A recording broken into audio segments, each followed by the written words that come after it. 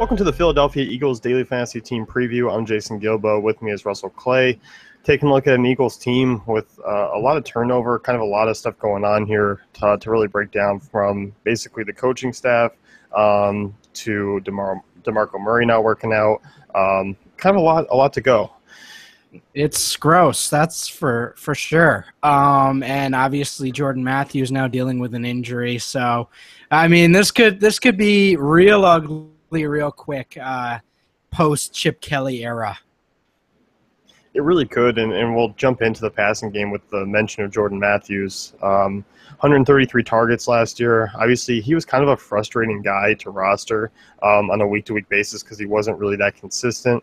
And given the fact that the Eagles have a situation under quarterback where you basically got three guys kind of battling for a position, it doesn't look like it's going to be any fun. No. So really what they have to hope for is Nelson Agholor to really start to emerge here. Former first-round pick of 2015.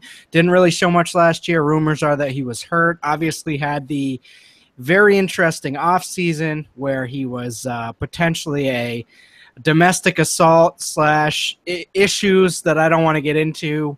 But it looks like he's going to be fine with that. And going to be the new number 2 receiver in this offense. Hopefully Matthews can get back. I think they're going to kind of look like it's not going to be an even split. I still think Matthews leads the team in carries. I think Ertz is going to be second. But I think Agholor is right there in terms of the number 3 option. I think he's going to get 80 to 100 targets this year.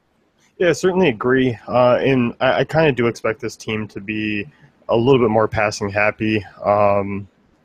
Just because I don't think that defense is really going to be anything special to the point where they can run the ball and stay in games. But it is going to be a little bit of a different offense. And I do like Ertz quite a bit. I think he is one of the underrated tight ends in the league, and broke out a little bit last year. But overall, I'm definitely okay with him on a week-to-week basis, just because he's usually going to be at a pretty valuable price. Yeah, he's going to be a borderline cash game guy for me. I kind of look at what Doug Peterson's going to bring to the table. Excuse me, Pat. No, Doug Peterson came over from the Chiefs. Yep, that definitely happened. You kind of look at how they structured that passing offense around Travis Kelce. I think we're going to see similar things for Zach Ertz. They wouldn't have re-signed him to that nice deal if they didn't plan on at least making him a significant contributor in the passing game. I don't see why, 900 to 1,000 receiving yards on the year isn't possible. If that's the case, and if he can finally catch some touchdowns, I mean, we're gonna see quite a few really solid top 5 tight end weeks from him. Yeah, I definitely think so. I mean, 117 targets for him last year. I think it could be fairly close to that. I mean, maybe a little under. But I think Ertz is going to be an over 100 target tight end again.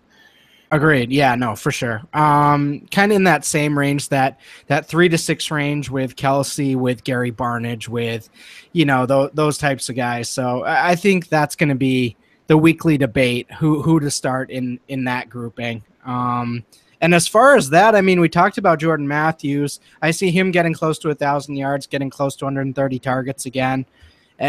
And Ruben Randall is really the only guy that I see as sort of the 4th option really emerging there.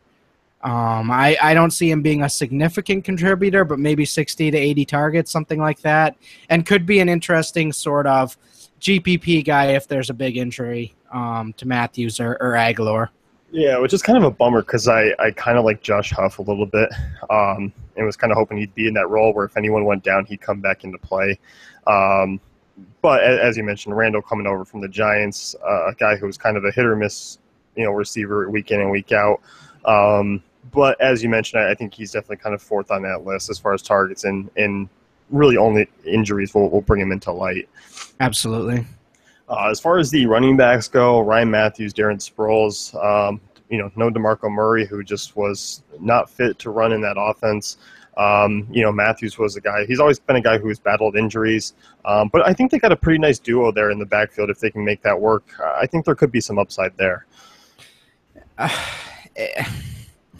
I like Ryan Matthews. I've liked him since he was a Charger. He's a good talent, but I don't trust him throughout the season, nor do I think Philadelphia trusts him to carry the load the entire season. I see this being a very split situation.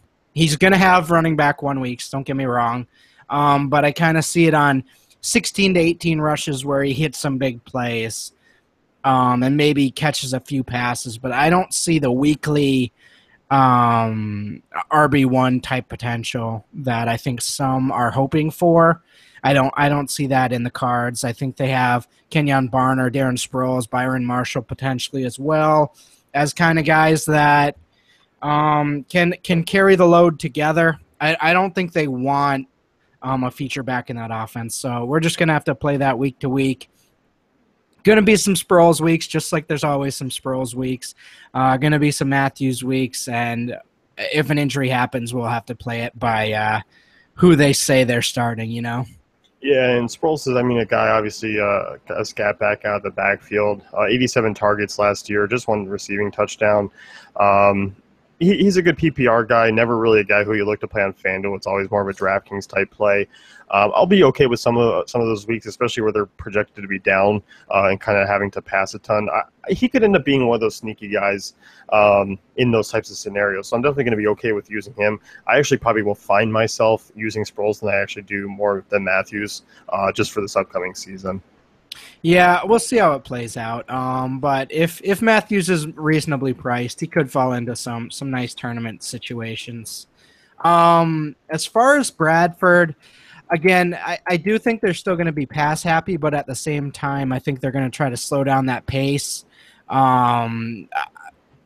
Bradford's an okay quarterback, but Carson Wentz is going to be looking over his shoulder the entire season. I don't know that that's ever good unless you're like a John Kitna, who you kind of already are like, yeah, I'm a backup quarterback and Carson Palmer's coming.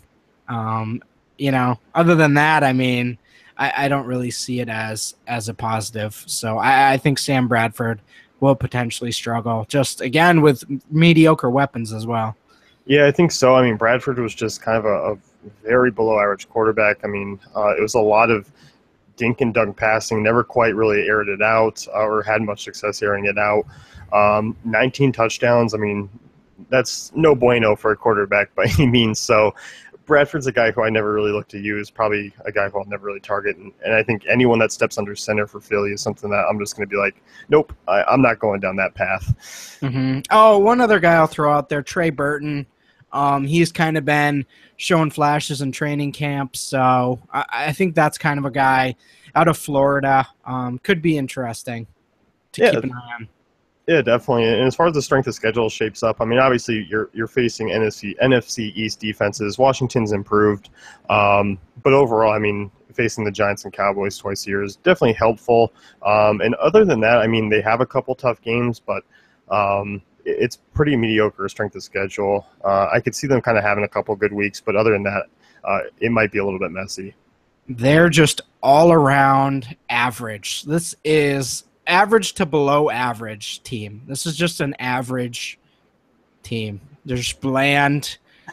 No, they're like the 20th best team in the league, basically. That's what they are. And, their defense, resembled that last year. They were a bottom 10 defense. I feel I'm going to be able to target against them quite a bit here. Really, with both the running game and the passing, I'm going to feel comfortable. Obviously, last year, because their speed of play was so high, obviously, it's going to take a little bit of a step backwards. That will slow down some production, but still, I think they allow enough of it to really target against. Yeah, I'm not totally out on their defense. I think they could show some signs. I think they do have some talented players, but yeah, overall, they're definitely average, I'd say. Yep. That's going to wrap things up with our Philadelphia team preview. Be sure to check out the rest of our teams at dailyfantasycafe.com.